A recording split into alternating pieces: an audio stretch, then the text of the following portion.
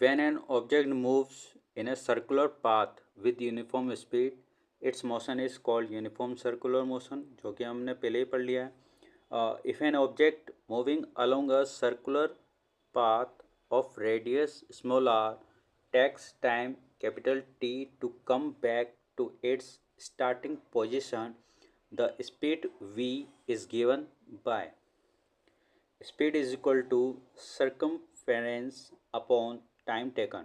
V is equal to 2 pi r. 2 pi r is the circumference of a circle and T is the time taken during its journey. तो आप कह सकते हो कि जब starting position और final position उस ऑब्जेक्ट की कंप्लीट हो जाती है तो हम उसको बोल सकते हो 2 पाई आर कंसिडर कर सकते हो. और टी उस वन साइकिल को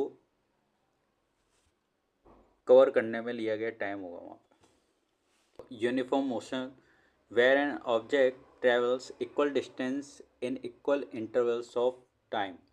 for example, suppose a car covers 60 kilometer in the first hour, another 60 kilometer in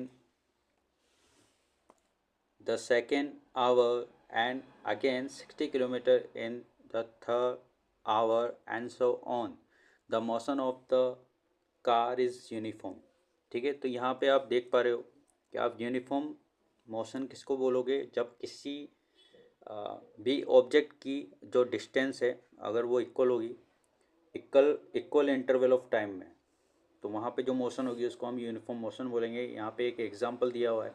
suppose a car covers, अगर कोई कार है वो कवर कर रही है 60 kilometre in 1 hour, another 60 kilometre in second hour, and the another 60 kilometre in the third hour. तो 1 our में 60 kilometre चल रही, तो आप उसकी स्पीड को क्या बोलोगे? 60 किलोमीटर पर आवर की स्पीड से वो कार ट्रेवल कर रही है. ठीक है, तो वहाँ पे जो मोशन होगी उसको आप बोलोगे यूनिफॉर्म मोशन. और इस डायग्राम में भी एक एग्जांपल है. यहाँ पे 9 AM, 10 AM, 11 AM, यहाँ पे 1 आवर का डिफरेंस आपको दिख रहा होगा.